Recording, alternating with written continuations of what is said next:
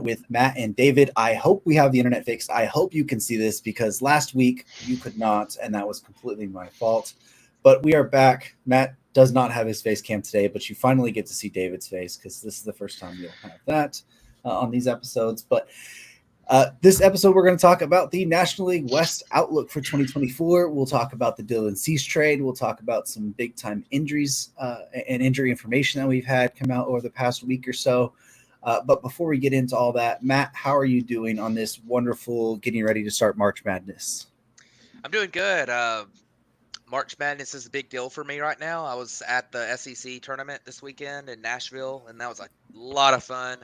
If you're a college basketball fan, going to a tournament like that, regardless of which conference it is, it's a lot of fun to go see all the different teams play, all the fan bases combined. Especially, Nashville's a really fun city, so that was a blast. And my team ended up winning the tournament, so that was also awesome. And I am a little bit tired today. I actually took a couple hours off work this morning because I was still tired from getting in late last night. But yeah, it's super fun, and March Madness is awesome. And March Madness also means that it's getting close to the end of March, which means baseball's here. We've got games this week, so I'm super excited for that. Even though I don't really, neither one of them are my team, but and it's also so early in the morning, I'm probably not going to be able to watch it very much. But I think they start at first pitch is at like 5:30 on Wednesday morning Central Time, which is where I am. So yeah, it's going to be rough. I guess,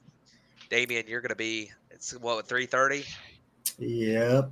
Oh boy, that's I'm sorry. The way would be to take off Thursday and Friday, right? And then you just, kill your sleep schedule. Watch some baseball. The way is I've already took off Wednesday, Thursday, and Friday. There you go. Yep. And then you get to watch basketball on Thursday and baseball at night. Get it all out. It's a little early morning. Yep. But sure.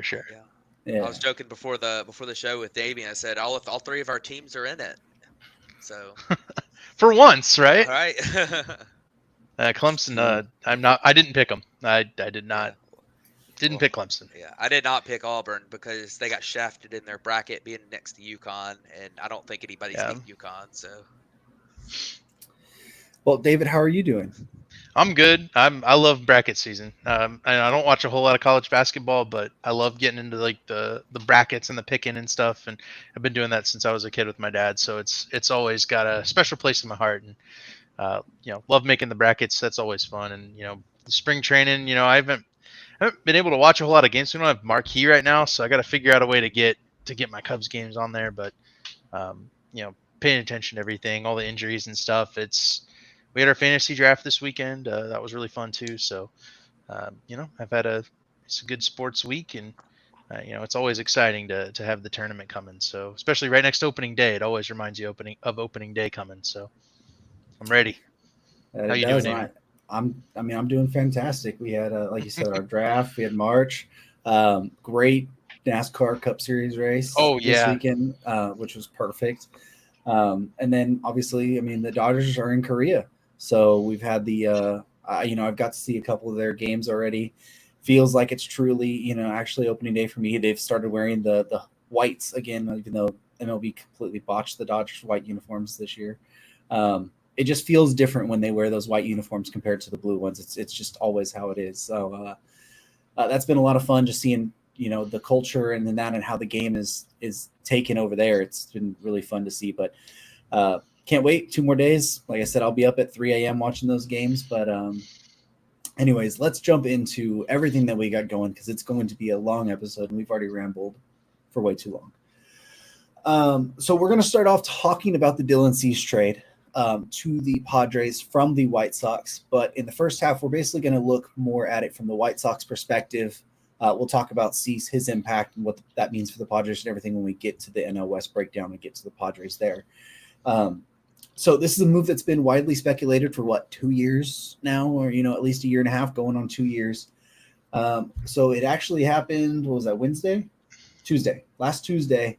It was Dylan Cease going to the Padres for a package of Drew Thorpe, who they just acquired from the Yankees this year for Juan Soto, Jairo Iriarte, outfield prospect Samuel Zavala, and then relief pitcher Steven Wilson.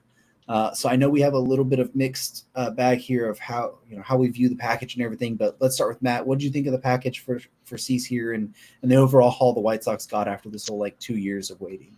I think it's okay. I think that for one thing, I really do think Dylan Cease is a really good pitcher. There's some things that are issues with him. I think the walks are a little bit of a problem.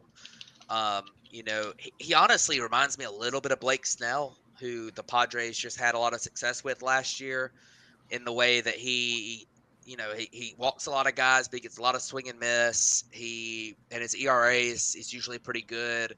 Um, I he put up a 4.4 WAR season in 2022 and was runner up for Cy Young.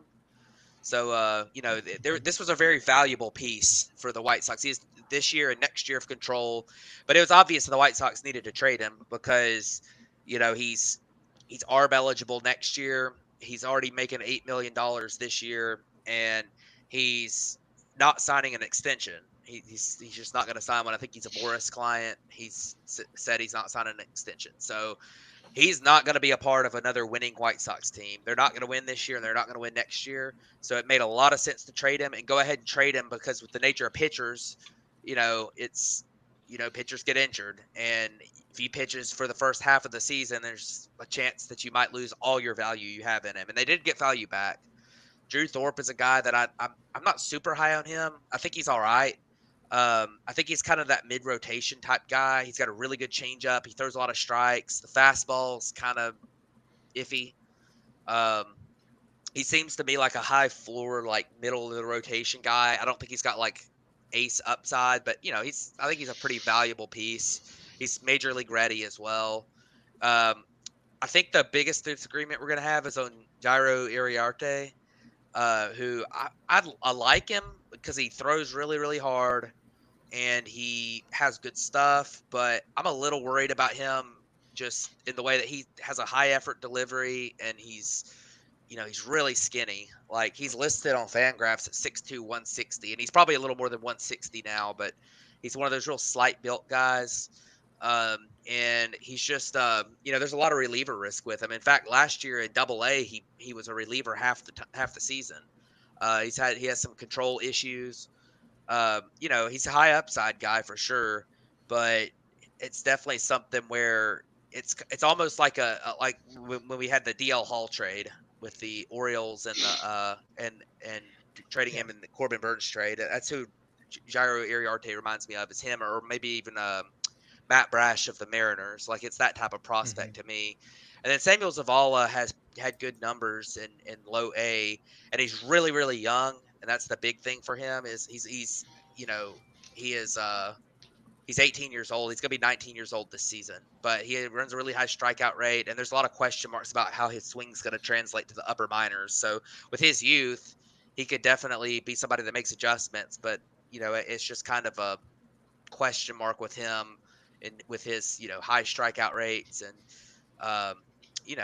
it'll be interesting to see what happens with him. And the Steven Wilson, he's a good flyer to take as a fourth piece in this trade. He's got pretty good stuff, throws pretty hard. He's got a lot of control left. He could be a solid reliever and for the White Sox. So, I was thinking that, the Corbin Burns deal, I felt like, the Brewers got a top 50 position player prospect and a pretty good pitching prospect that was similar to Iriarte. And, Dylan Cease has 2 years of control. So where Corbin Burns had 1. So honestly, I felt like the value should be a little bit higher for Dylan Cease, especially with the fact that they were holding him so long, waiting for a better trade offer. So I was surprised that this ended up being the trade. But I think these are guys that the White Sox could definitely use and could definitely help them. And it's still a no-brainer for the White Sox to move him. So it was interesting. I think they maybe could have gotten a little bit more, but we're close to the season starting. Dylan Cease has looked good this spring. His value is as high as it's going to be. Go ahead and move him now. So I'm not totally opposed to it. Yeah, the White Sox end in this trade is interesting because Zavala Thorpe and Iriarte all have had sprinkling of top 100 list presence, as with some prospect pedigree, where some of those guys like Spencer Jones are pretty, divided on the way they are. And that was kind of the hang up top point when in the talks with the Yankees was, are they going to trade Spencer Jones for Cease or not? Jones is one of those big guys, kind of Judge like, big power, big strikeouts. But, Zavala's a young 18-year-old kid. Sky's the limit. Floor is, in the basement, right? So much variance on what Samuel Zavala can be still. Iriarte's, Matt hit it on the head. Matt Brash, DL Hall, that's the kind of range for Iriarte. I think he's a really interesting little prospect. He ran a 40% strikeout rate last year in Double-A, which is it's monstrous. But they were also dealing with the ball changing. So how much of that was Iriarte's discomfort with the ball, and how much of that is truly a control problem? A lot of Double-A numbers last year are a little screwed up from that still. And then I have a theory on the Drew Thorpe thing, and I'll let you guys clash back on me on it. But I think the Padres acquired Drew Thorpe thinking he was the best available, like one of the best pitching prospects in baseball.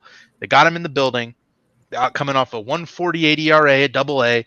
Right, he had some of the best minor league numbers last year in terms of ERA, in terms of strikeouts and control, and the stuff just wasn't as good as they thought it was because of the numbers last year. And then they found a willingness to move him, because Drew Thorpe was maybe like the number one or number two piece in the Juan Soto trade. So moving Drew Thorpe is crazy to me. We were talking about this. I thought it was going to be either Lesko or Thorpe, but I was leaning Lesko, the high school draft pick from a couple years ago, who's kind of nasty because he had elbow problems. And so he's been on the kind of back end of the top 100 lists. He's got some upside, but he's not a difficult ask. And Drew Thorpe was like the guy they traded Juan Soto for. So that's weird for me, but it tells me that I think the Padres overestimated what Drew Thorpe was in trading him from the Yankees. That's what I'm going with. I mean, you guys can clap back on that, but yeah, from the White Sox perspective, this is a good package. It's not what I thought it was going to be. Yeah, you make a good point about Drew Thorpe, and the one thing you're talking about Dylan Lesko, I don't know if the Padres were willing to let him go in this trade, but if it was kind of an either or, I don't understand picking Drew Thorpe over him if you're the White Sox, because you're looking at your time frame for the White Sox, and you're looking at like probably 3 or 4 years before you can become good again. I mean, the farm system is still not great. It's gotten better over the last year with all the trades they've made and everything, but it's still not great. You're going to be picking high in the draft for a couple years in a row. You can rebuild. You've still got some pieces that could be traded. I mean, you look at you look at Eloy Jimenez and Yoan Moncada and some of these guys that, they could have a good half season and get you something back for them. I mean, I don't think that they're going to be great, but, you could get something back and add to your farm. And it's just the timeline of having a major league ready guy who you're going to start the time clock on this year. Once you get to that 3 or 4 years from now, you're in contention window. Well, he's going to be in the same spot Dylan Cease is in now, if he's successful. So it's one of those things where I mean, maybe he will sign an extension, at some point. But it's one of those things where you're kind of, you have to really like him to draft him on this timeline or bring him in on this timeline. And same can kind of be said for the Steven Wilson, although I think that's more of just kind of a throw-in piece. So, But yeah, it was an interesting move. We'll see how it pays off for the White Sox, and I do think it's a move that reeks of desperation for AJ Preller, but we'll get to the Padres side of it when we do the breakdown here in a little bit. Yeah, I thought it was a solid package. I would have much rather them traded Lesko because I think Lesko is going to be a stud. I have him on my dynasty team, but I really did not want him to be on the Padres. Wouldn't want him on the White Sox either. Well, the thing is, hopefully he's traded back by that point. But I really like Zavala. I mean, obviously, I think he's the big piece here. Can he fulfill the potential of what you imagine he can be? Because if he fulfills what you expect, and a guy like Iriarte, who's a potential starter or like could be a dominant late inning reliever, becomes the third piece in this deal, and you get a everyday outfielder, and then a 3 in your rotation, and then a good reliever, then you look differently on this trade. it doesn't have the star power which we were all thinking it was going to have at the beginning of the offseason. When they asked what the Reds for like Rhett Lauder and Chase Petty and something else, like it's not that type of deal, but it's an overall solid haul. And like Matt said, I think this is the thing of like AJ Preller really like we have to make a swing right now because we see what the Dodgers did. The Giants have signed Chapman. They're maybe in on the Snell market here. Our pitching staff doesn't have the depth, but if we get another that big time starter at the top of that rotation, maybe that helps there. Like it just seems like it was a desperation move from this side, and then it seems like Chris Getz was like, also, hey, I don't want to go into the season with this guy with the potential for injury here, and it's 2 years. Yeah. Let's do it. Yeah. So let's turn our focus over to the injury concerns that we've had happen. There's 2 big ones we're going to talk about, but just to mention some of the other ones that we'll talk about more here with the predictions episode coming up. Guys like Trevor Stephan, Gavin Williams. What else? We got Danny Jansen, TJ Friedel. What else we hear? Yuri Perez is a big one that's going for an MRI. Jose Urquidy has a forearm strain, is going to be on the IL. And then we got a trio today from the Twins, all-star closer Joan Duran is going to be out, Caleb Dielbar, and Anthony DeSclafani. Those are just to name the ones that have come out in the last week, or a few days about potentially starting the season on IL or for sure starting the season there. But the 2 big ones, we hinted at the Gerrit Cole one last week. He was going to go get some, an MRI, go talk to doctors. We're going to see what it was going to be. Well, it ended up being some nerve inflammation and edema in his elbow. He's going to be shut down from throwing, I think, for 4 weeks is what they said. And it's going to take about another 4 to 6 weeks for a ramp up there. So you're talking about, a 2 month to, maybe 3 months, depending on if any setbacks, absence for Gerrit Cole here for the Yankees, which is a massive, massive deal. Yeah, it really is. And, we could just make this kind of a Yankee segment too, because they've also got 2, their superstar position player has been messed up with some like abdominal issues. Yeah.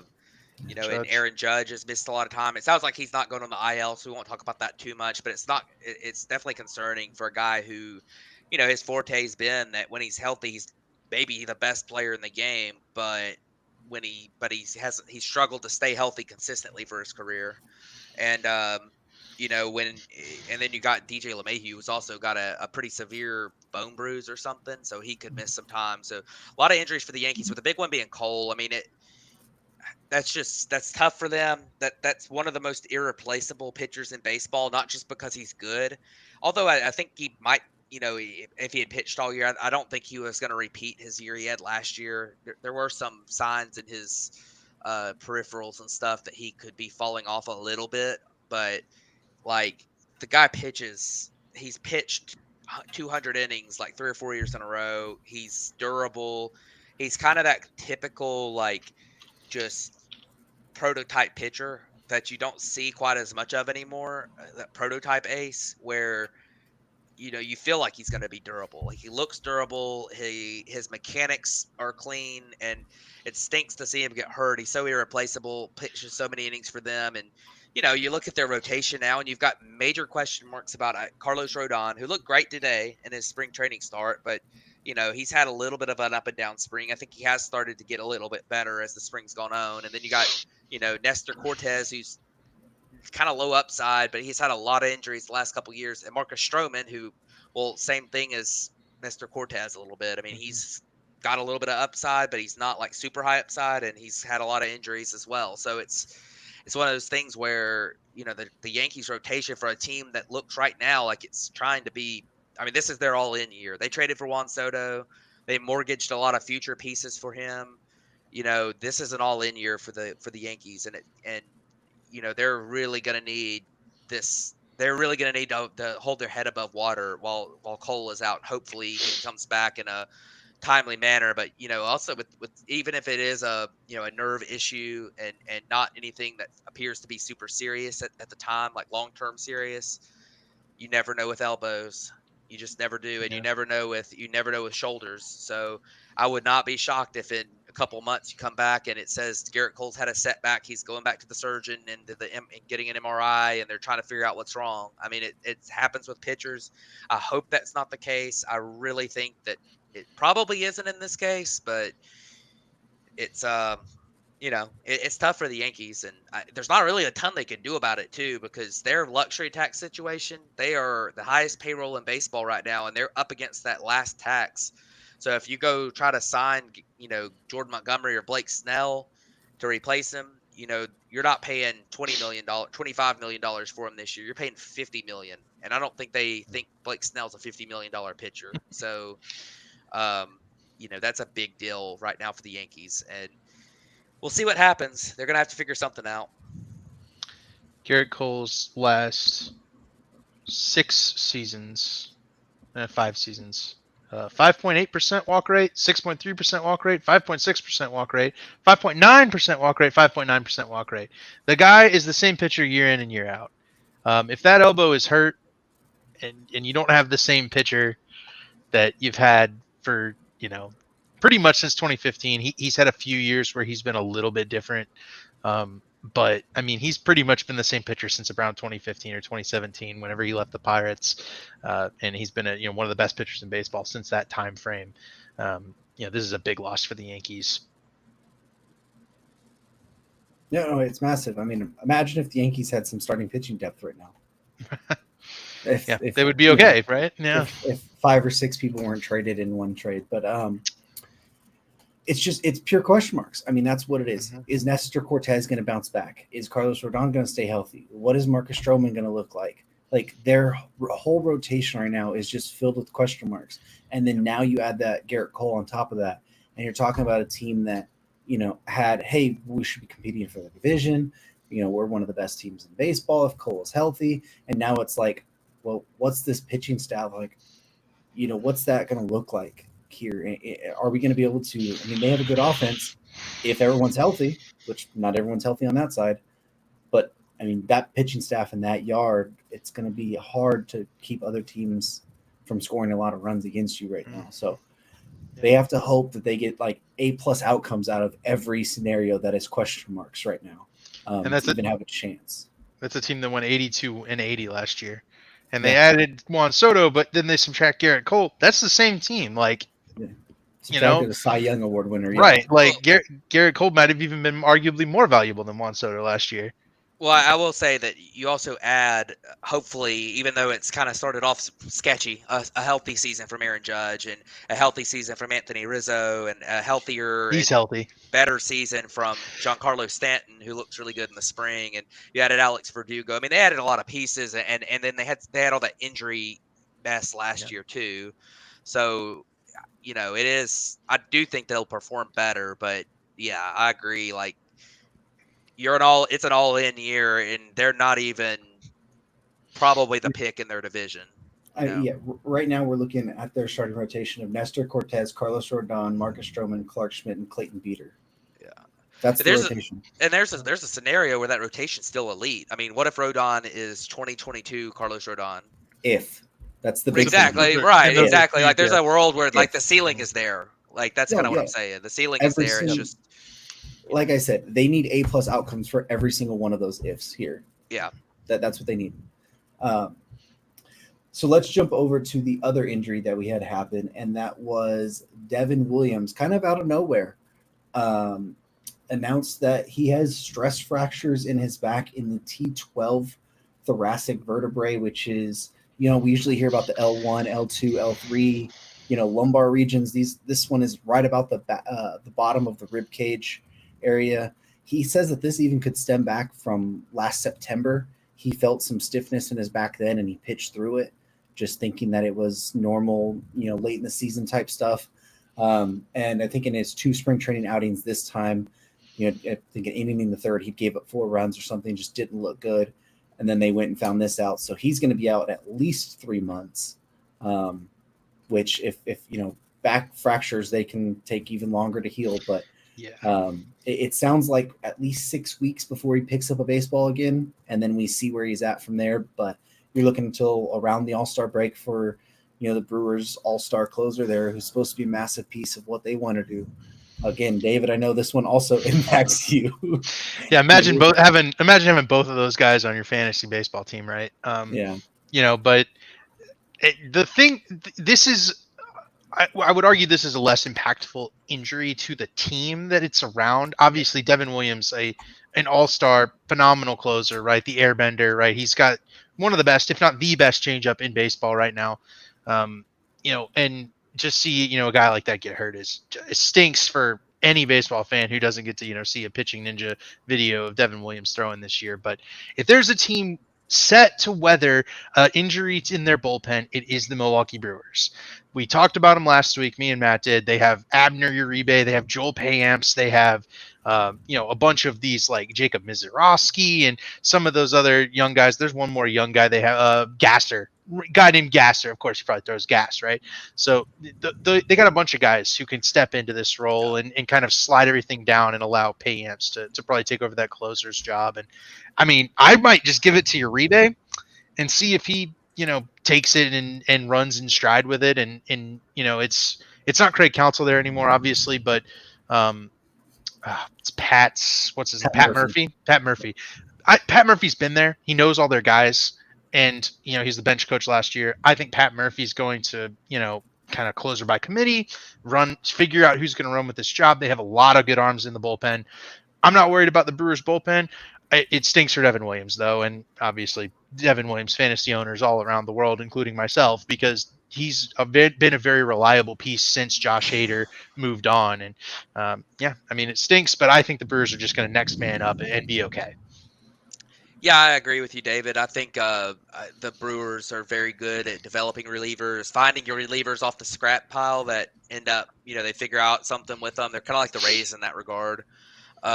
And the guy with the best projected ERA in the bullpen is Trevor McGill too. So that's another guy in there that is projected to do really well.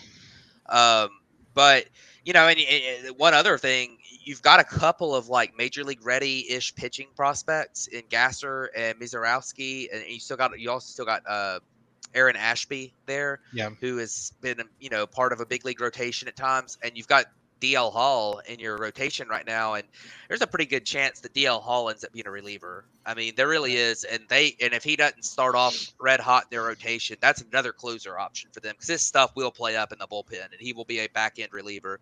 He's a little bit like Josh Hader to me, where it's just like he maybe could start, but reliever, and he's placed to the Brewers now, traded from the Orioles to the Brewers. Is another part of that. Like I think that could end up being an option too, but yeah, I mean, it stinks. The Brewers are a team that, while we do mention that they have the bullpen depth to weather something like this, they're kind of a fringe contender. So any little thing they lose around the margins is a big deal. And this isn't really losing around the margins, even though they do have a really good bullpen still. Like it's a big loss for them, and could cost, if it costs them 2 games this year where Abner Uribe comes in and struggles with his command as the closer, then you've got that might lock him out of contention. I mean, they're right on the edge of it. So we'll see what happens, and hopefully Devin Williams can come back later this season. Back injuries are weird. They're things that it's hard to get surgery for that. It's kind of just rest and recover, and that can just go at different rates. He might come back fully 100% healthy in 3 months, and it might take all year. Who knows? It's one of those mystery injuries. So hopefully, hopefully he's able to get healthy, and we'll see what happens. I definitely think it's a tough one. Yeah, I mean, it's a big one, and it's something where come next week when we make our predictions episode, this might factor in where we put the Brewers. I mean, it could easily slide them down between first to second or second to third. I mean, wherever each person has them. Not having somebody who's a lockdown back end guy like Devin Williams might cost you those couple games. And in this division where it's going to be so close, that could very well be the deciding factor there for the first 3 months. So there's always the saying of like, oh well, these games are in April, they don't matter. Well, in a division like this, like it's going to matter. Like every game does. So it'll be something to watch for sure. But as we hit about 30 minutes into this episode, let's finally jump to the outlook for the National League West. And let's go to the Rockies, who last year finished 59-103, 41 games back in the division. Matt and I were talking before the show, before David, you got in here even. I think we kind of had a consensus here where the Rockies might be the worst team in baseball. I'd agree with that. They certainly have a case for it. Aria, do you agree? My cat came to join the podcast, so she's here. She's got an opinion. Yeah, I think I agree. I think the Rockies are pretty terrible. Yeah. Let's just real quick. We've been highlighting, free agent moves for each team here. Their moves for so far have been signing Jacob Stallings, Cal Quantrill, and Dakota Hudson have been their big signings there. Their 2024 projections here have all of them. The lowest ERA is a 5.29 of Ryan Feltner. By the projection system too. So it is Colorado, so it is a little skewed, but still, I don't think that any of those guys would have a 4 ERA. Even if it's a 1-run difference, it's still a bad rotation. But yeah, I mean, this team's bad. It's been built poorly. I mean, they've signed bizarre free agent contracts, aka Chris Bryant, to a gigantic deal when they were obviously not going to be in contention for multiple years when they signed it, and it's just. I don't understand them. They have made a few good pickups at times, like Nolan Jones. They got for nothing, and he's done really well. I mean, and we'll see if they can get healthy this year too. I mean, you've had Chris Bryant obviously missing so much time. He's playing first base now, so maybe that'll help him be healthy. Brendan Rodgers has missed a lot of time. Hopefully, he can get healthy. And their infield defense might be pretty good with Tovar and McMahon and I think Chris Bryant, if he's healthy, could do well at first base. Brendan Rodgers is not great at second, but he's fine. And then you've got Brenton Doyle, who might be the best defensive center fielder in baseball, so their defense might be exciting. But that rotation is terrible. The one positive thing about their rotation is that it's a heavy ground balls with these guys. You look at Dakota Hudson. That's really his only skill is he gets a lot of ground balls. Austin Gomber, I believe, gets a lot of ground balls. Kyle Freeland gets a lot of ground balls. So that is something. The only way to even have a chance of building any kind of pitching in Colorado is get guys who get ground balls. But they don't have good pitchers that get ground balls. So that's kind of a problem. But I don't know. I mean, this team stinks. They don't have a lot of talent. Their farm system is not it's probably not the worst in baseball, but it's not good. They've got a couple good prospects, but there are not many of them. I think they might have 2 or 3 top 100 guys total. And one of them's a pitcher who, since he's playing in Colorado, is not going to be a top 100 very long. Yeah.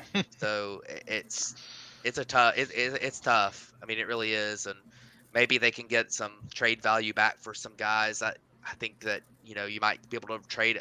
I wonder if they would be able to move a Ryan McMahon or they won't because they're the Rockies. But they won't. They could, but they won't. I was going to say, I mean, that they would be smart to move a couple of these guys, but they won't do it because they're the Rockies and they just don't operate that way. So I feel bad for the fans there because they do have really good support in Colorado.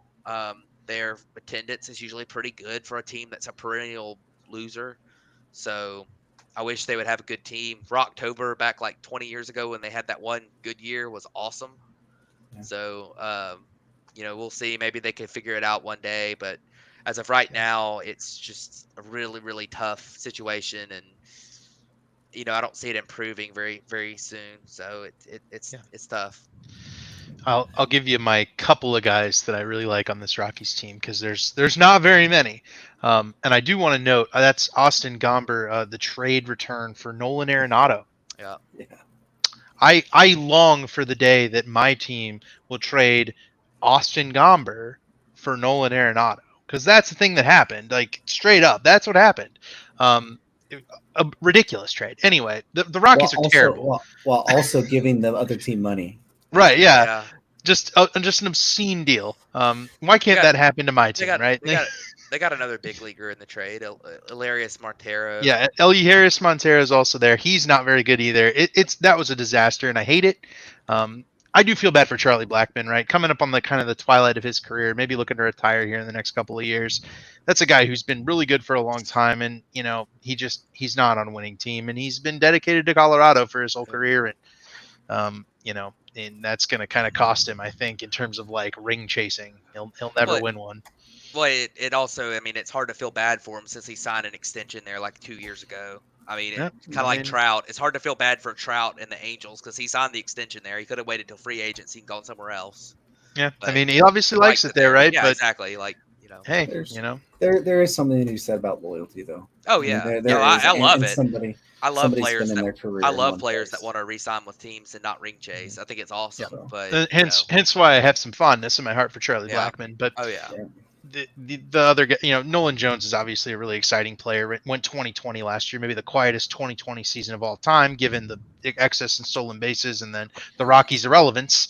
But he's an exciting one, and I think he'll have an equivalent season next year, right? He's a guy that you're gonna pick up in your fantasy league. He's an exciting player. Keep an eye on him, and maybe the Rockies decide to move the guy at the peak of his value. That'd be weird. They probably won't do that, but maybe.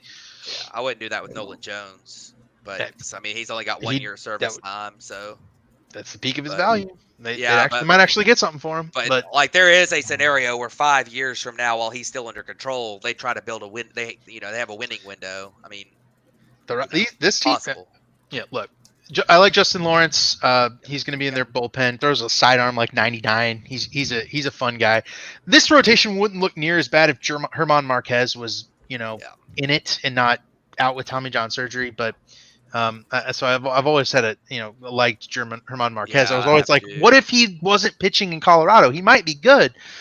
Unfortunately, he's been in Colorado his whole career, and I'm really excited about Adael Amador. I think that guy's going to be a really good shortstop for him. He might go to second base, but they might just move Tovar to second. So we'll see how they handle that situation because I think Amador will come up this year. Maybe Tovar's really good defensively shortstop, so they might not. Depends on how Tovar hits in year. What was this, year 2? Because Rogers could just go to the outfield and one of them will play shortstop, one of them will play second. Maybe. Might be the Nico Horner situation with Colorado where they slide the better defensive shortstop over and just plug in the better hitter in the shortstop spot. Maybe. So let's jump over to the San Francisco Giants now, who finished 79-83 last year, 21 games back in this division. They've been a pretty active team in free agency so far. They signed Jung-Ho Lee. They've signed Jorge Soler. They've signed Matt Chapman. They signed Jordan Hicks to that deal and are converting him to a starter. Traded for Robbie Ray, as well. So they're an interesting team. I think to me, you're still looking at a little bit of starting pitching depth concerns. I mean, Alex Cobb's going to be out to start the season most likely. Ray's not coming back till mid-year. Like Keaton Wynn, Mason Black, and Jordan Hicks are in your rotation with Kyle Harrison's your 2. There has been some rumors and some smoke about them potentially still being in a Blake Snell market. We don't know what's going to happen there, but Matt, overall, what do you think about the Giants, what their offseason has looked like, and do they have a chance to really, make up 21 games on these other 3 teams ahead of them? I think their offseason's been pretty good. I think they've done enough to at least be a wild card contender. Jung-Ho Lee was a pretty cool signing for them. He was a really highly touted player out of Korea. They got him on, I think, 5 years, 100. Is that what it was? Six for 113. 6 for 113. So that's not too bad of a contract. And if he ends up hitting at his upside that people have seen in him, that could be a steal of a contract. You look at, they've got some pretty solid pieces. This is a team that has like 6 or 8 good players, but they don't really have a star. Like Tyro Estrada is a pretty good player. He's a great defender at second base, and he's an okay hitter. But he's probably a 2 to 3 win player. Like Lamont Wade is a pretty good hitter. He doesn't do a lot defensively. He gets on base a lot, but the power's a little bit limited. He's just kind of a 2-win player. Jorge Soler is a DH who has a lot of power, but he's not a great on base guy. He's a fine DH. Like Matt Chapman's a fine third baseman. He's probably a little bit better than some of these guys, but you could probably pencil him for 3 to 4 wins. So but they don't have that superstar. They've been trying desperately to get that guy. Like they've tried. They tried for, you know, they tried for Bryce Harper 5 years ago. Couldn't get him. They tried for Otani. Couldn't get him. They tried for who was it last? Correa, Correa and Judge was a big Judge. one, and Judge, and I mean they've tried for so many star players and haven't. They thought they had both of those guys. And they definitely They thought had Correa. They had Correa. They thought they had Judge. Yeah, they thought they had Judge and Arson Judge, really, but they did have Correa. Yeah. And then the big question that I think the team's going to be okay. They're going to be maybe above average offensively. Like they'll be fine. And I think that defensively, there's some concerns about the middle infield, and definitely the corner outfields, like Michael Conforto and Mike Yastrzemski being in the outfield, and then Jung-Hoo Lee is a very young center fielder, and he hadn't played a lot at the big league level. It'll be interesting to see how his defense translates, but their defense isn't great. But it's okay. Their hitting their bats are they're fine. The bullpen is probably the strength of this team. You got Camilo Doval as an elite closer. Both of the Rogers brothers are still really good. Tyler Rogers, the sidearmer, had a really good year last year. You've got you still got like Luke Jackson could be a good reliever at times.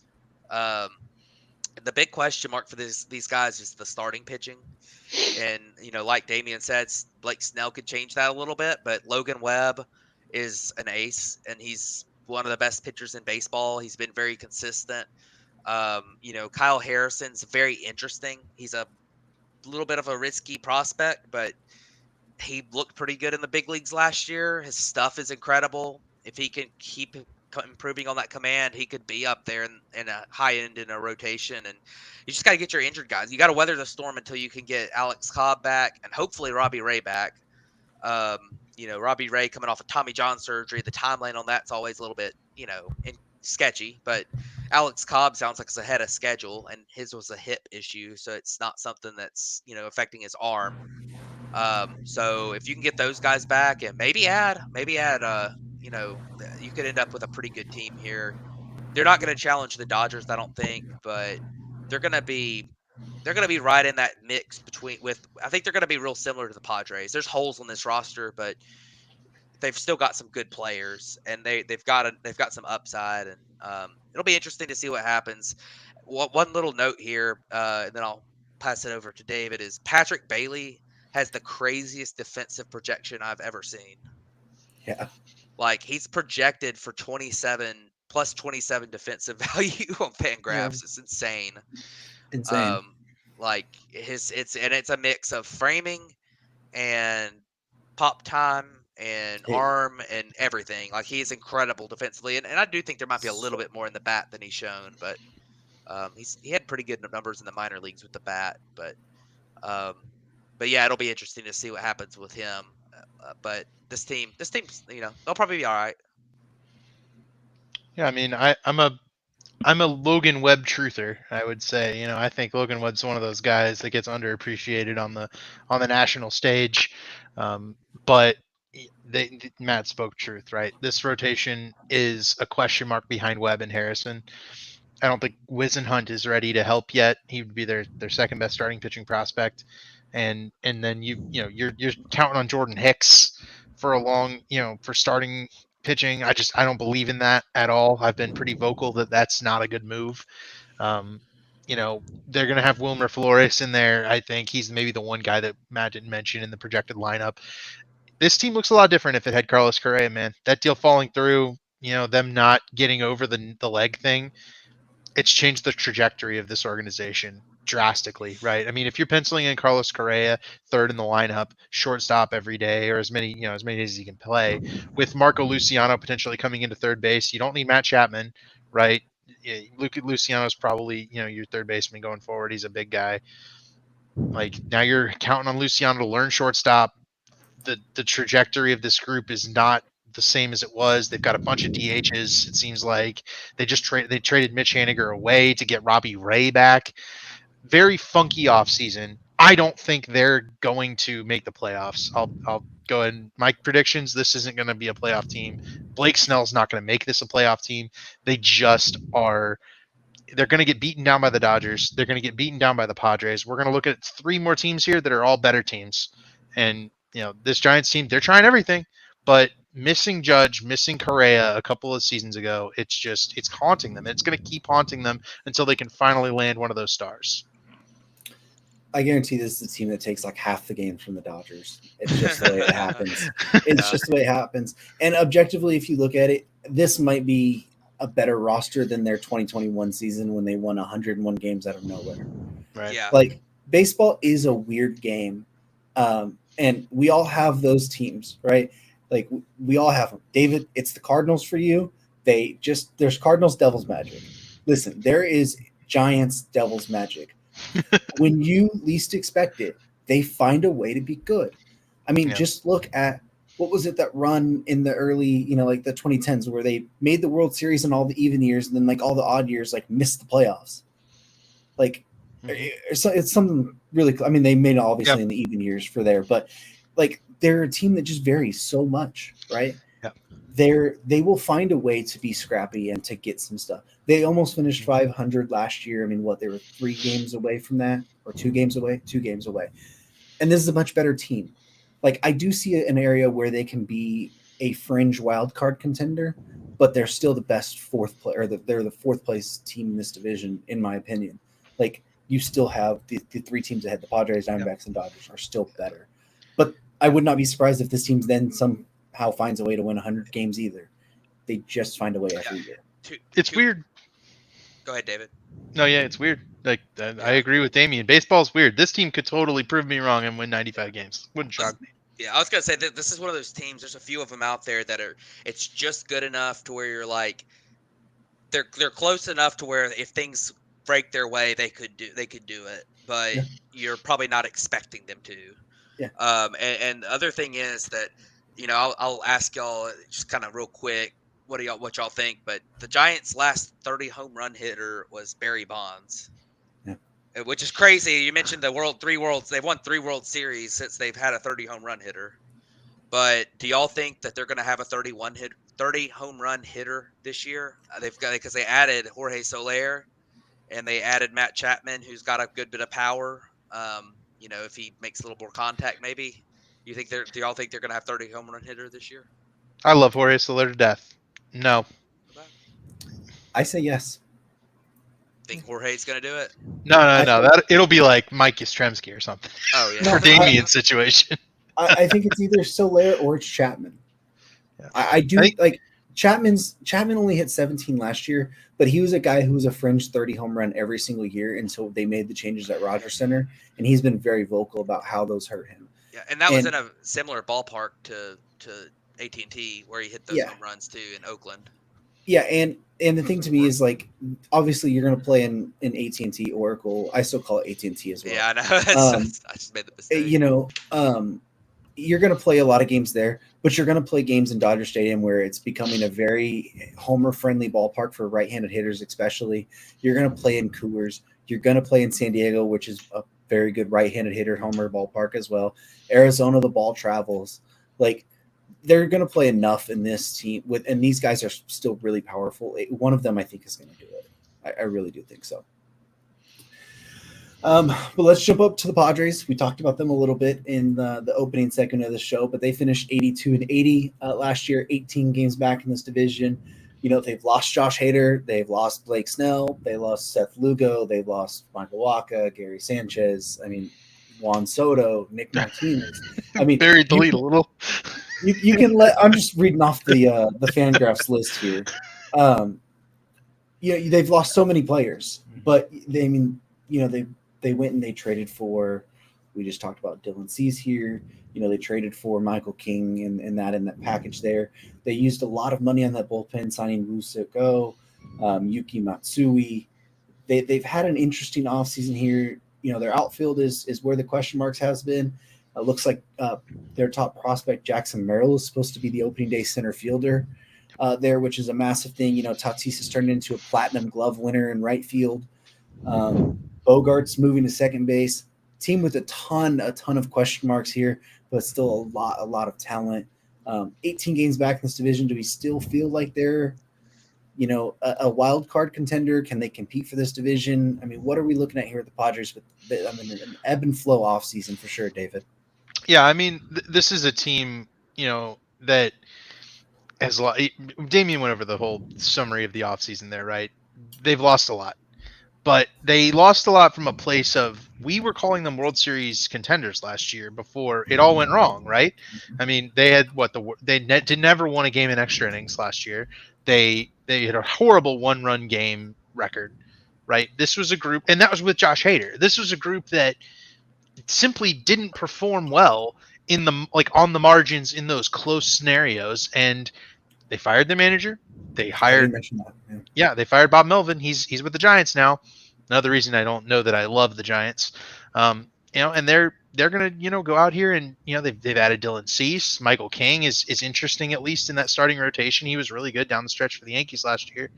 And the bullpen is completely revamped. Doesn't have that only the one guy is good vibe to it anymore. There's a lot of different options in the bullpen, I think.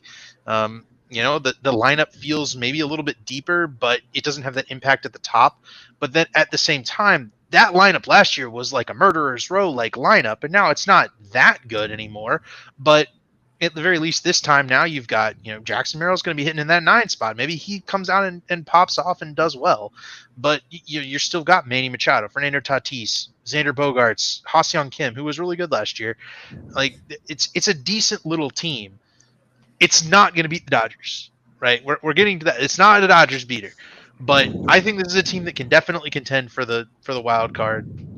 The big question is going to be whether, I guess, third base gets solved, right? With Machado out, is he going to be able to, get back to the field soon? And then, if Machado steps back at third base, who's DHing for this group? Do they have anybody that, is Tyler Wade their DH? Like, they're missing a few pieces. Like, maybe they should go out there and sign JD Martinez, who's still sitting out there in free agency.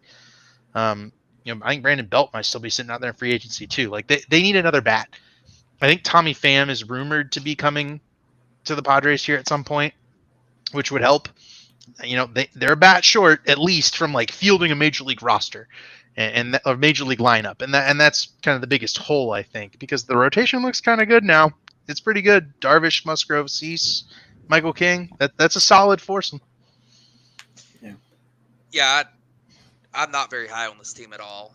I think that I honestly think the Giants might be better. You've got ruby red flags last year in the profiles of Bogaerts and Machado, who are two super highly paid players, and Machado's not able to play third base right now. It sounds like he will not be able to play third base at opening day, and early in the season he's going to be a DH. So you've got some guy named Graham Pauley that's listed in depth charts, and you got some guy named Guy Rosario, who is, he was there last year. Yeah, he's potentially going to be getting time at third base, and this team has you've got Bogart. I think Tatis is going to have an excellent season. He came back last year. He was awesome last year. He transitioned perfectly to right field. I want to say that he's going to have an awesome season, but assuming that he's not on the roids again and gets in trouble. But listen, he's taking care of a tapeworm. Yeah, sure. It's not hard to not do steroids, but Xander Bogaerts, I mean, it's bewildering to me that they would move him off a shortstop after he had his best defensive season of his career. Like, it just makes no sense. Weird. Like, especially when you basically, like, they made it a point that he was going to be their shortstop for the future too when they signed him. Like, that was a point. Like, he is a shortstop, and then 1 year after his best defensive season, they move him off. You got Ha-Seong Kim's a really good player. He's a good defender. He's good at shortstop. He's solid. I don't think he's going to hit like he did last year. I think he's going to be a really solid player still, even though it looks like he's having a great time in Korea with the home runs he's hit already. He hit 2 this morning, which is pretty cool, being back in his home country and hitting the home runs. But you've got Jake Cronenworth playing first base. Like, big question mark.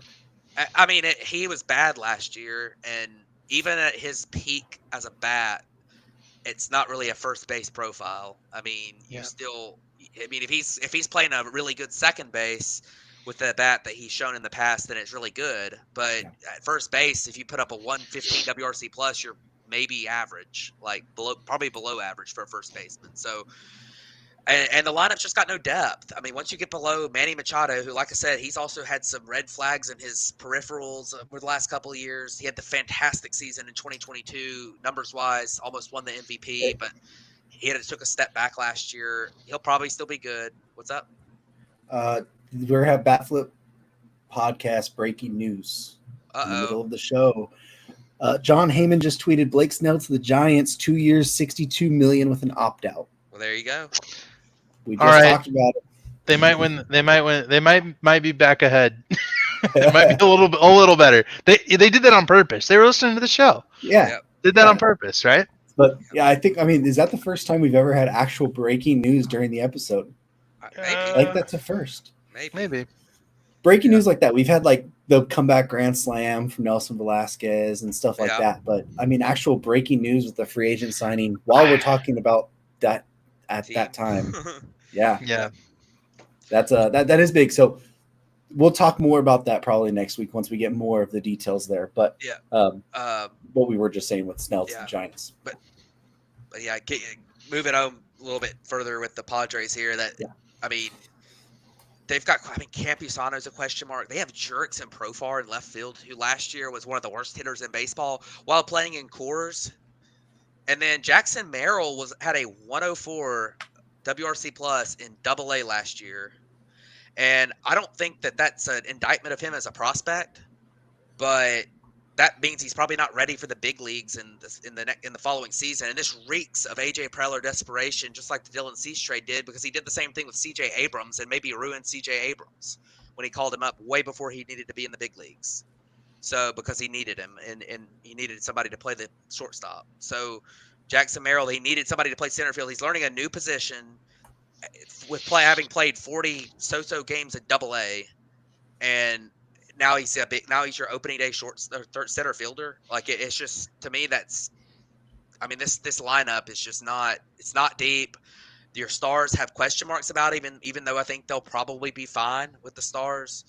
And then you look at the rotation, and I mean, I think Joe Musgrove's going to be solid. Dylan Cease, I think, is going to be solid. You know, Yu Darvish is probably going to be solid. He's 38 years old, so you just never know when that might affect somebody. I think Yu Darvish is a guy that's aged pretty well, and I don't think the age is – I think that he's taken good enough care of himself to where he's doing well at 38 years old. I don't see a huge drop-off from him. But, you know, he's not an ace anymore. He's a really good pitcher, but he's not an ace anymore. And, you know, it's hard to say what to expect from Michael King and Johnny Brito. I mean, Michael King's a converted reliever who's shown some really good flashes as a starter, and we'll see if he's able to continue it. I will say that the Padres did a great job doing the same thing with Lugo last year, where they took him from being a reliever to being a starter. They liked his stuff as a starter, and he did well for them. So Michael King might be a similar situation to that. And then, like David said, the bullpen is probably improved as a whole. You lost your back end guy. I think they could have trouble closing out games in the ninth inning. But there's some upside here. I think it's going to be a big key with Yuki Matsui. If he is the flame-throwing lefty as advertised, or at least his potential has been advertised as, then you probably really upgraded your bullpen. If he's not, you've got a bunch of fine names here, and you might struggle in the back end. So there's just so many question marks about this roster, and this is where for the Padres, I don't agree with the Dylan Cease trade, just because you're throwing three pretty good prospects at a 2-year window of a roster that's not good. So what are you doing? Like, you need to keep those prospects. You're going to have aging stars on big contracts. You're going to need cheap, good players here in about 2 or 3 years, and now you're getting rid of potential cheap, good players in 2 or 3 years for going all in on a season that is not going to be good. So, you know, it reeks of AJ Preller desperation. Like I said, I mean, he's done this so many times. He's so good at building up a farm system, and then he just throws it away, and it seems to never work out for him. So we'll see if he's able to see if it's able to work out this time. But it'll be it's going to be a challenge for this roster to get to the playoffs. And like I said a minute ago, before Blake Snell signing, I said the Giants were better, and I definitely think the Giants are better now. Yeah, so the thing with Jackson Merrill is they were going to let him come in and have an opportunity to win a job in camp, and he's looked absolutely fantastic. He's hitting 351, 400 on base, almost 600 slugging, 163 WRC plus. He's earned a shot at this. Yeah. Now, you can question the move to center field. I think that's a very, very real question mark. He more likely profiles as a left fielder, but give him a shot out there. I'm surprised they didn't just move Tatis to center because that was what their plan was last year anyways, until they figured not to do that. So that part is interesting. What they really should do on the infield is they should move Cronenworth to second and keep Bogarts at short, move Kim to third, and then either sign a first baseman or say, hey, Manny, go play first. He can catch. Yeah. Reorganizing this team makes it better. It's like, why are they doing it this way right now? Yeah, you can sign a first baseman, somebody. I mean, we've talked about some of the options that are out there that you can easily go get or on the trade market. You can get somebody very, very simple for that. Tommy Pham coming back makes a ton of sense for a team like this. He can fit into the left field there, and you can, you put Profar to your bench and have him as a bench guy, which he's probably profiles better as anyways. It does give you some pause. I mean, their rotation is really good though, especially with Cease now. I mean, Matt Waldron was really good last year. He's been really good in spring training so far as well. You still have the potential of a guy like Randy Vasquez and Adrian Morejon if they can ever figure it out. They brought back Luis Patino, who's really, really, really rough, but it was a super high rated prospect at one time. He's only 24. Yeah, I mean, he's only 24, but he's had a rough go of it. Wherever he went to the White Sox, the Rays. Where else did he go? Or it was just Rays and the White Sox. I think it was Rays, yeah. But he was bad with the Rays. It's hard to be bad with the Rays. Yeah, I mean, so maybe they were able to find something there, but it's way this lineup is really. Wasn't he the return for Blake Snell? Yeah, one of them. He was part of it. Yeah. Which is kind of a funny thing, but it's all for a circle. Yeah, it's all full circle there. It's just the way this lineup is, and they have star power. They do have star power that can help carry this lineup. It's going to be the depth of the lineup that is going to be the question marks here. And if they do get a couple other fringe guys like a Tommy Pham, and then go out and get a fringe for somebody who can play first here and there, if they did want to do the reorganizing of the infield there, if Manny's not able to come back, you don't force him back in that aspect to have to play third. You would feel a lot better about this. But it's just, it is a team that's going to be either really high or it's going to be really low. And they're going to have to see what it's going to turn out like. But let's jump over to the Arizona Diamondbacks now, who finished 84-78, 16 games back of the Dodgers last year. Their big move was re-signing Lourdes Gurriel. They've signed Jock Peterson. They signed Eduardo Rodriguez. Really not. They did bring in Randall Grichuk as well. Traded for Eugenio Suarez.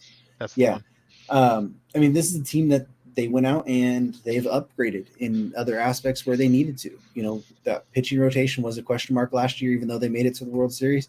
They go and get Eduardo Rodriguez. They had Evan Longoria playing third base for them last year. They traded for Eugenio Suarez, who was really struggling in Seattle. They brought in Jock Peterson to be a left-handed bat there, to fill that at DH. The one thing that does give you some pause here is still the depth of their lineup and the depth of their rotation. I mean, this is still a team that's looking at Brandon Pfaadt and Ryan Nelson and Jerry Jameson Jerry Jameson got Tommy John. Sorry, I forgot about that. It's going to be Brandon Pfaadt and Ryan Nelson picking up, a big part of these innings here. So, Matt, what do you think about the Diamondbacks offseason and where they're standing at in the division? I think this is definitely the second best team in this division. I like their roster. I mean, it starts with Corbin Carroll. I don't see any reason why he wouldn't be able to repeat what he did as a rookie. I think he's awesome. He might even be better than that. Ketel Marte is a really good player. Gabriel Marino showed why he had been a top prospect for so long and really did well as a rookie. I think he will improve some. He seemed to get better as the year went on. And you got really solid depth players here too. Christian Walker's an awesome first baseman. Lourdes Gurriel is a really solid left field option as a hitter. Jock Peterson as a platoon guy is awesome to be a left-handed platoon guy. I don't know who he'll platoon with. That might be a question mark. But and I think that like I'm not high on Eugenio Suarez, but he's a big leaguer. I mean, you've got to. Last year you had Emmanuel Rivera and the ghost of Evan Longoria playing third base, and now you've got a big leaguer or a current, So, and then Alec Thomas is an awesome defender who has some upside with the bat. And even then, your last guy in your lineup is Geraldo Perdomo, who was an all-star last year as a shortstop. So, Should be Jordan Lawler. And it could be Jordan Lawler sometime this year too. Like he's a very high-rated prospect. So you've got an awesome lineup. It's deep. It's got it's got upside. It's got stars in there. Maybe not a ton of superstars, but it's got one superstar, and it's got a bunch of other guys who are stars. And then the rotation's good. Zach Gallen is one of the better pitchers in baseball. Merrill Kelly is a really solid pitcher, and he was unbelievable down the stretch last year in the postseason. He was awesome. Eduardo Rodriguez is a veteran left-handed pitcher. I do not think he is as good as he pitched last year. I think he beat up on a bad AL Central some and had outperformed his peripherals some. But I think he's a good pitcher. And putting him in there for depth, like last year you started the season, I think Madison Bumgarner was their third starter last year to start the season. This year it's Eduardo Rodriguez, who is just monstrously better than that. And then Brandon Pfaadt really seemed to figure it out at the end of last season. And he has always had that prospect upside of a guy that could be really, really good. So, and I don't know what to think of their 5-starter situation. It's just okay, I guess. Ryan Nelson could be fine. I don't know, but the bullpen is still similar guys. You've got Seawald, who was a good addition to them. Kevin Ginkel is awesome. You've got some of the other guys, Joe Mantiply, Saul Frank, Thompson. It's the same crew that really did well in the postseason last year, and some of them had good regular seasons. Some of them, there might be a little bit of question mark on if it was a little bit of a flash of the pan in the postseason, but definitely a team that's been well constructed. They've built through their farm system. They've graduated prospects. If you look at how many homegrown players they have, guys they've developed, it's a bunch of them in their lineup. And they've got more coming too. Jordan Lawler, like Damian said. I mean, that guy is awesome. Like you've got you've got some other guys in there too. I guess not quite as many as they had, before this year, but they're a very interesting, they're a very interesting team. And like I say, I just don't think they have quite the star power to match up with the Dodgers, but they're kind of, they could win 90 games. I mean, I'll put it that way. They match up with the Dodgers in a short sample, right? But this isn't going to be a group that challenges for the division. They got better, right? But they didn't gain to the point that you're going, oh no, here come the Diamondbacks, right? Like, and the Dodgers obviously, got the best players available in the offseason. Like, yes, they are miles and leagues ahead of the Diamondbacks, but the Diamondbacks are the ones who went to the World Series last year, right? This is a group that is pretty much effectively the same with a few key additions. I gotta say, I really liked Eugenio Suarez, getting him out of Seattle. I think that's a guy who was hurt by the backdrop in Seattle. They have a backdrop that hitters have complained about. And some of them hit well in Seattle, like Julio Rodriguez has found, he's found comfort in that backdrop. But Eugenio Suarez switched there from Cincinnati, and he did not find comfort in that thing. And last year he was struggling there, but he also had his best defensive season at third base of his entire career last year, which tells me that as he's growing more comfortable as a veteran in Major League Baseball, he played 162 games and he had his best defensive season. Like, if you can get him somewhere where he's comfortable, which maybe that's Arizona, maybe not, but he was a guy that I was targeting as a potential, underdog type acquisition that could really step up next year with, he's a guy who hit 49 home runs in 2019. He's got big power. Maybe you wind up getting one of those really crazy late career resurgences from a guy like Eugenio Suarez because he played good defense at third base last year. So, at the very least, they've got a quality defender that's going to hit some home runs. that's not what they had last year, right? Evan Longoria was older and, wasn't really hitting quite the same level, but I'm a Eugenio Suarez truther on that front, and the rest of the lineup is as Matt said, and Zach Gallen is an ace, right? He was one of the Cy Young favorites in the NL. He'll be the Cy Young favorite again. There's I like the Eduardo Rodriguez signing. I think the depth of this group is a little questionable, but that's what you use. Use what you try to trade for and stuff. So they've got pieces for that. Tommy Troy is a top 100 prospect. They drafted at I think 11 or 12 last year from Stanford. Looks really good. Should be probably a trade piece. I think if you're being honest, he'll be moved, and he's the kind of guy who will get you a solid 3 or 4 starter like at the deadline. And they can make that Jordan Montgomery type trade the Rangers made last year that really solidifies everything and move forward if they need to. So they got the ammo, they got the starting group. This is a playoff type team, and there's I think 4 or 5 of these, wild cardy playoff type teams in this NL. So that battle for that last wild card spot that we saw last year, I think is going to get repeated.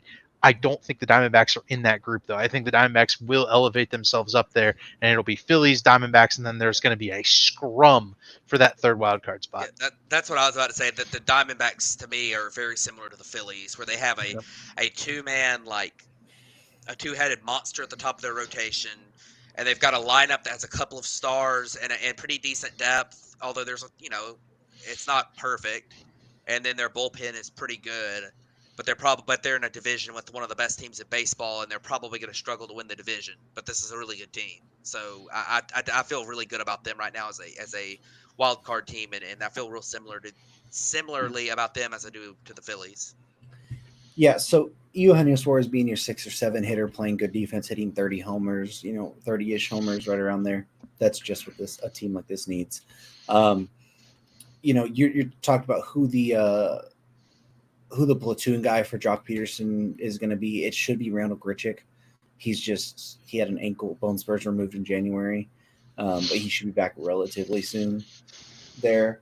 And I think by the time the All-Star break comes around, Jordan Lawler will be playing shortstop every day for this team. Like, he should be the shortstop right now. He's really, really good. They gave him a little bit of run last year, but it's your first cup of coffee in the major leagues. Nobody expects you to figure it out right then. And they were a team fighting for the division, or not the division, but the wild card spot there. They couldn't give him more time. He has nothing left to prove in the minor leagues. I just think that they just don't want him sitting on the bench and playing every day at the moment.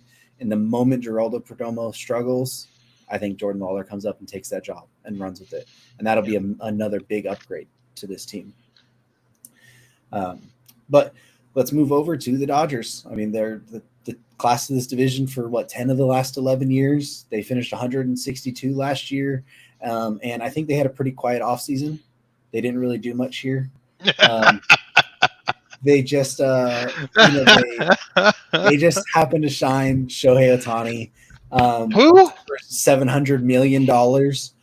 And then they followed that up by making sure that they brought back Jason Hayward on a 1-year, $9 million deal. And then they were like, that's not good enough. Let's just go trade for Tyler Glasnow and give him a 5-year extension. And then they were like, well, that's not good enough either. So let's just go give Yoshinobu Yamamoto $325 million over 12 years. Let's make sure we bring Clayton Kershaw back, which is the most important part of this whole equation. And then let's go re-sign Ryan Brazier and Joe Kelly and just. You forgot about the most important one. Teoscar Hernandez. Oh yeah, Teoscar Hernandez. Kike Hernandez. They've just done a bunch here in this offseason, obviously. It was all joking there, but there's still question marks around this team. As money as it says, we're at the point where now Mookie Betts is going to have to be the everyday shortstop because Gavin Lux wasn't getting it done. What's Mookie Betts going to look like every day at shortstop defensively? What's Gavin Lux? Probably great. Maybe, but you don't know. You just don't know. It's going to take Mookie some time at least. Yeah. He really hasn't looked comfortable at all in the games he's played this spring. So no, he's been given a week week and a half. That's what I'm saying. Like he could get comfortable. He's a good enough athlete to do it. It's going to be a work in progress. Yeah, they trade for a shortstop before they threw Mookie Betts out there uncomfortable. There's plenty of time here. Well, yeah, there's that, and I think part of it too. They still do have Miguel Rojas, where like if it doesn't work out, Mookie can go to second, and you still could play Rojas at short. Like I think they're trying to give Gavin Lux time to get his legs under him, and maybe potentially try that again. He was really good in his short sample, and what was it, 2021? I think it was. I think it was when they lost Seager. It was 2021, and they had to. Anyways, I forget exactly, but he looked good defensively there before he tore his ACL. He was supposed to be the shortstop last year, and I just think he needs more time there. It really comes down to what this pitching staff is going to look like right now. You have Kershaw out for at least until August. Buehler's going to be out for a while too. They lost Dustin May and Tony Gonsolin. They're going to be out for most of the season, if not the full season as well. Emmett Sheehan, who was supposed to be the lock to be the fifth starter, has shoulder soreness. Right now the four is Glasnow, Yamamoto, Miller, Stone. Paxton will be in there at some point. He's dealing with some knee issues as well, a little bit here and there. But I mean, obviously, this team is the class of the division. They've spent loads of money. They should be the best team in baseball. But now they have to back it up here. I mean, this is a team that last year was sending out, duct tape and straw at the pitching rotation, and they still didn't allow that many runs, and they still scored the second most runs of anybody and had a 200 run differential. To me, it doesn't matter. This is a group that is so ahead of their time in terms of game planning, strategizing, roster construction. It could put anybody up. And I'd say, oh, yeah, they'll just have a 3 ERA, right? I mean, the bullpen last year for the Dodgers was obscene. They pulled a 1 ERA out of like Ryan Brazier, who was like 36. They pulled a 1 ERA out of, he had been DFA'd before. They pulled like a 1 ERA out of a couple of other guys too. Like, it doesn't matter. It doesn't matter who they throw out there. They're going to play well, unless it's Lance Lynn. Lance Lynn's the only guy who can't figure it out in terms of the Dodgers. But this lineup is disgusting. With Ohtani, I got no words, man.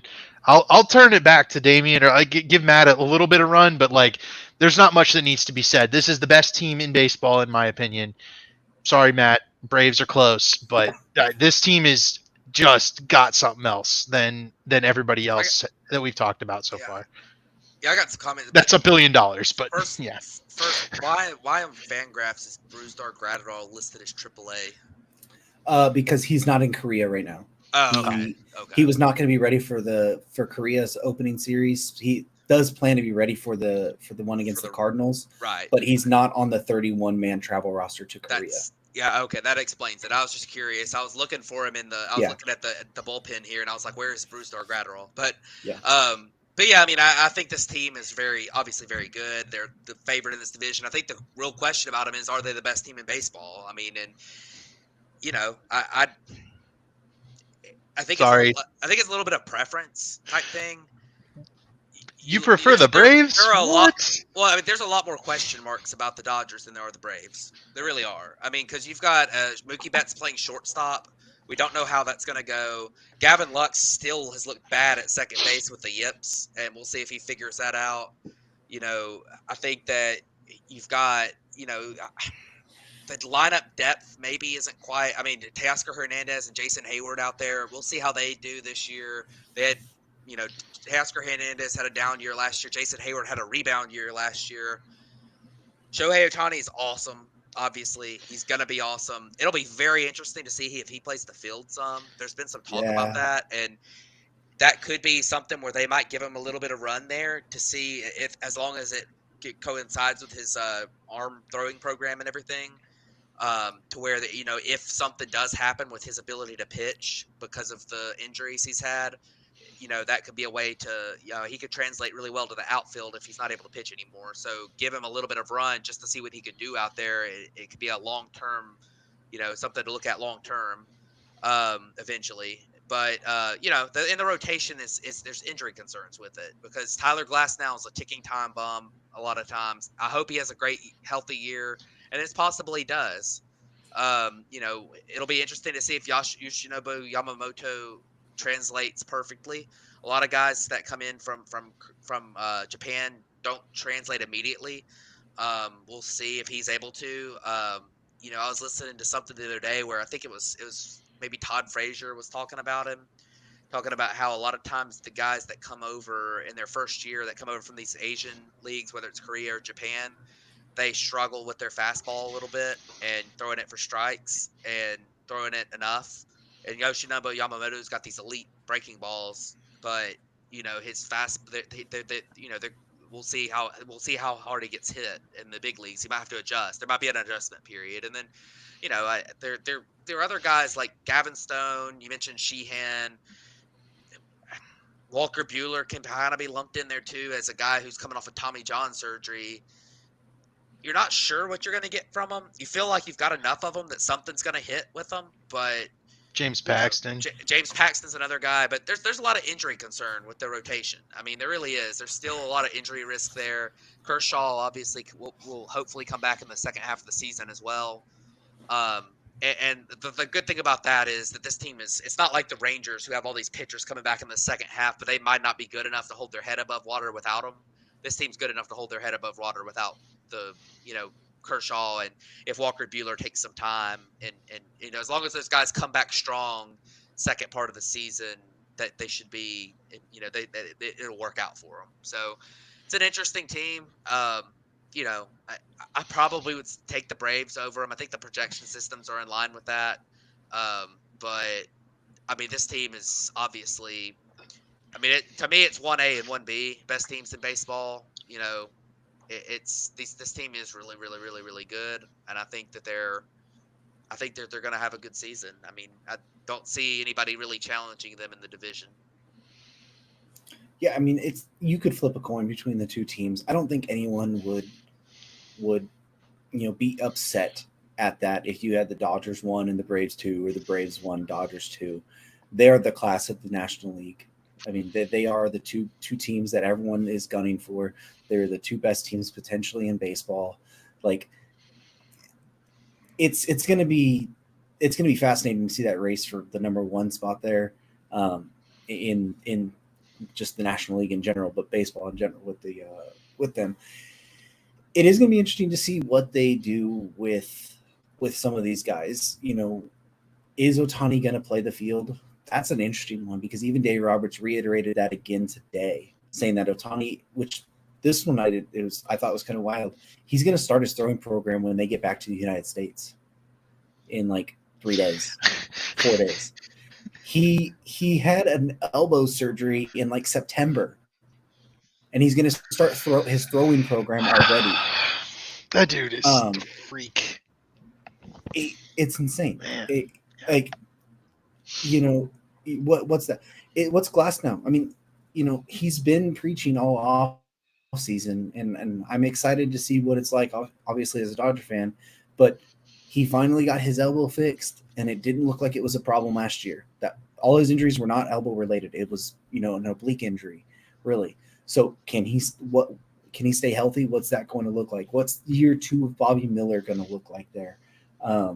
Is the revival of Jason Hayward going to be real? Like, is that going to sustain? That's a question mark too. Gavin Lux, his bat has looked fantastic. Like, Lux's bat has looked insane. The defense is not good though. So it's going to be a fun team. I mean, this team's going to score a lot. They're going to limit a lot. They're going to win the division, but there is some question marks still to be had. And maybe that's just me being a pessimistic Dodger fan, but I think there's still a little bit of question marks, even in an offseason where they spent over $1 billion. You also got just what other Max Muncy? Is he going to be Max Muncy of 2022 or 2023? Like, he was still fine last year, but he's not. I don't think he's quite the same, or the 2021 Max Muncy was the year he was an MVP candidate up till the end. But the last couple of years, he's just been fine. So that's another one. Yeah. It was. You got to get a MVP type season. Ever until he tore his elbow up. Right. I mean, and he hadn't been the same since then. So I mean, we'll see.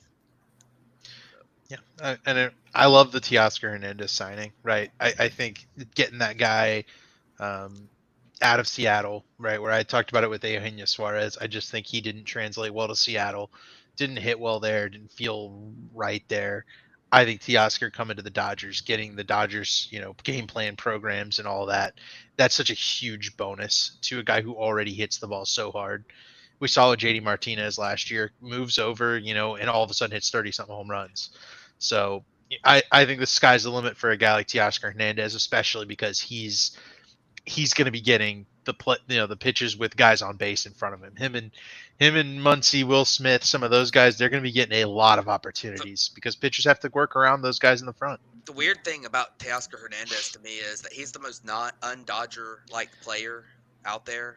Like he never walks, and he strikes out an absolute ton. And when you think of the Dodgers hitters, they are guys who have elite plate discipline, and they have been for a long time.